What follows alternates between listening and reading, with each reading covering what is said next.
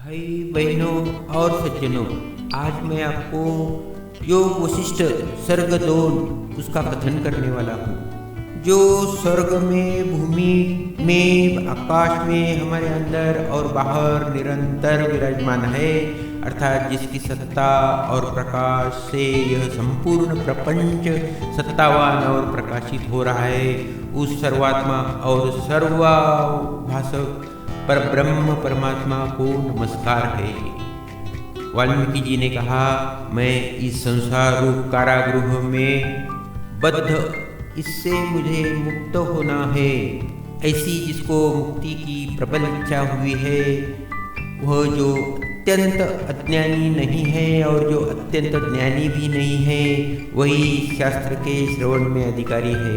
भाव यह है कि न अत्यंत ज्ञानी और अत्यंत अज्ञानी इस शास्त्र का अधिकारी है, इस कहना ठीक है, परंतु मैं कारागार के हाथकड़ियों से बंधे हुए कैदी की नाई अनादिकाल से बद्ध होकर परिच्छिन्नता, जन्म, जरा, मरण आदि दुख सागर में डूबा हुआ हूँ। इस दुख की आत्यंतिक निवृत्ति का उपाय एकमात्र आत्मज्ञान ही है, क्योंकि आत्मा को जानने वाला पुरुष ही दुख से मुक्त हो सकता है।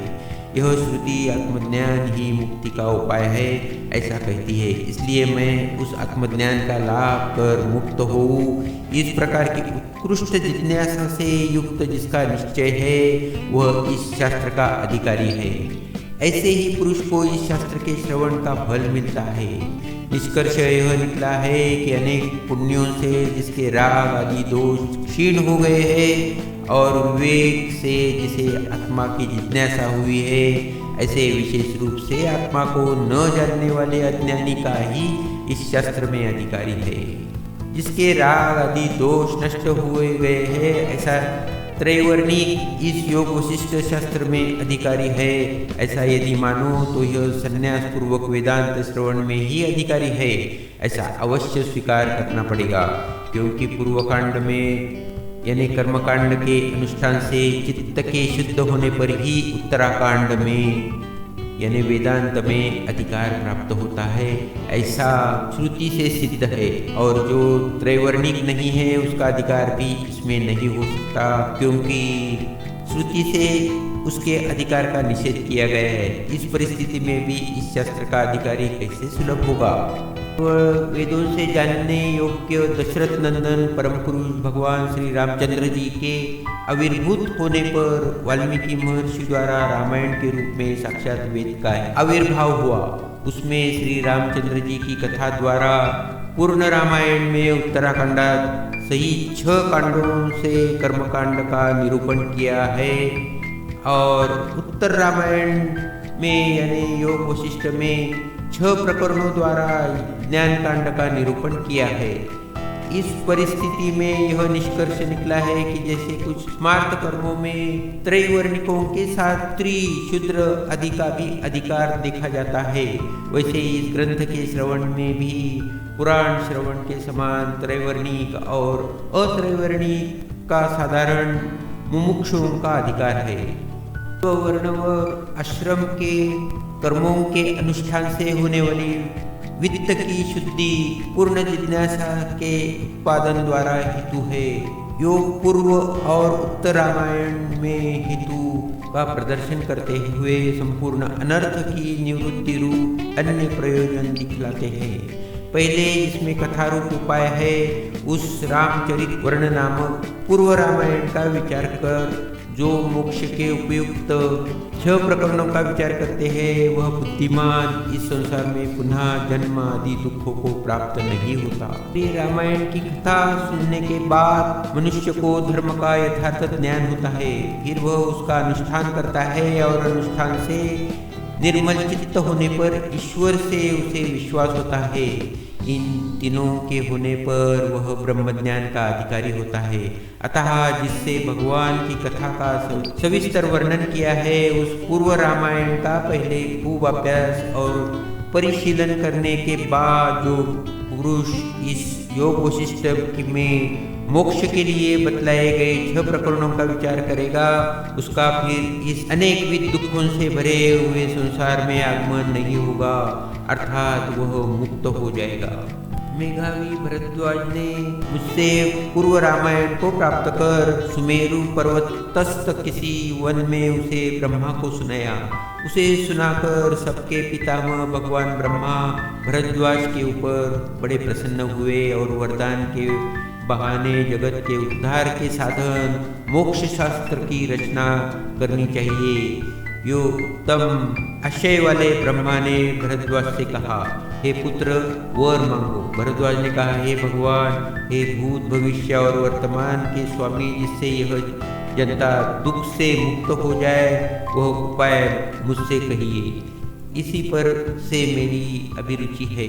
श्री ब्रह्मा जी ने कहा, वत्स भरद्वाज, जो तुमने मुझसे पूछा उस विषय में अपने गुरु श्री वाल्मीकि जी के निकट जाकर उनसे प्रयत्न से विनयपूर्वक प्रार्थना करो।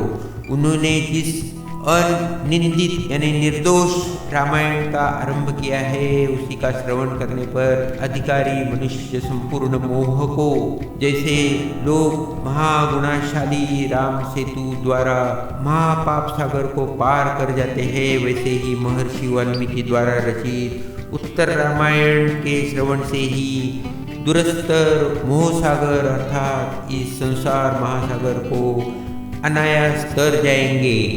वाल्मीकि जी ने कहा, भगवान ब्रह्मा भरद्वाज से यह कहकर उसके साथ मेरे आश्रम में आए। मैंने शीघ्र ही देवादिदेव जी की अभ्युत्थान अर्घ्य पाद्य आदि द्वारा पूजा की। तदनंतर सब प्राणियों के हितैषी अतः सत्वगुण संपन्न ब्रह्मा जी मुझसे कहने लगे, हे मुनिश्रेष्ठ, पवित्र निर्दोष रामचरित वर्णन रूप रामायण का आरंभ करके उसे अवश्य ही पूरा कर डालिए। हे महर्षि, जैसे शीघ्रगामी जहाज द्वारा दुर्लभ महासागर अनायास उत्तीर्ण हो जाता है, उसे ही सब लोग उस उत्तर रामायण द्वारा इस संसार रूप संकट से छुटकारा पा जाएंगे। इसलिए हमारा अनुरोध है, आप लोगों के हित के लिए इस रामायण महाशास्त्र को शीघ्र प्रकाशित कीजिए। यह कहने के लिए आपके पास आया हूँ। जैसे क्षण भर के लिए जल राशि से उठी ऊंची लहर उसी क्षण में जल में ही लीन हो जाती है, वैसे ही भगवान ब्रह्मा यह कहकर उसी क्षण में मेरे उस पवित्र आश्रम से अंतर्हित हो गए। ब्रह्मा जी के आने पर मुझे अत्यंत वीरमय हो गया था, इसके लिए उस समय मैं उनके वाक्य का मर्म नहीं समझ सका। उनके चले जाने पर मैंने चित्त में स्वस्थता प्राप्त कर स्वास्वस्थ बुद्धि से यहाँ पर स्थित भरद्वाज से पूछा, वत्स भरद्वाज, ब्रह्मा जी ने यह क्या कहा? उसे मुझसे शीघ्र कहो। मेरे योग पूछने पर भरद्वाज ने मुझसे फिर कहा, महर्षि, भगवान ब्रह्मा ने कहा कि आपने जैसे पहले चित्त को विशुद्ध करने वाले रामायण की रचना की, इस समय भी ऐसे ही सब लोगों के हित के लिए संसार रूपी समुद्र से तारने के लिए नौका रूप उत्तर रामायण की रचना कीजिए।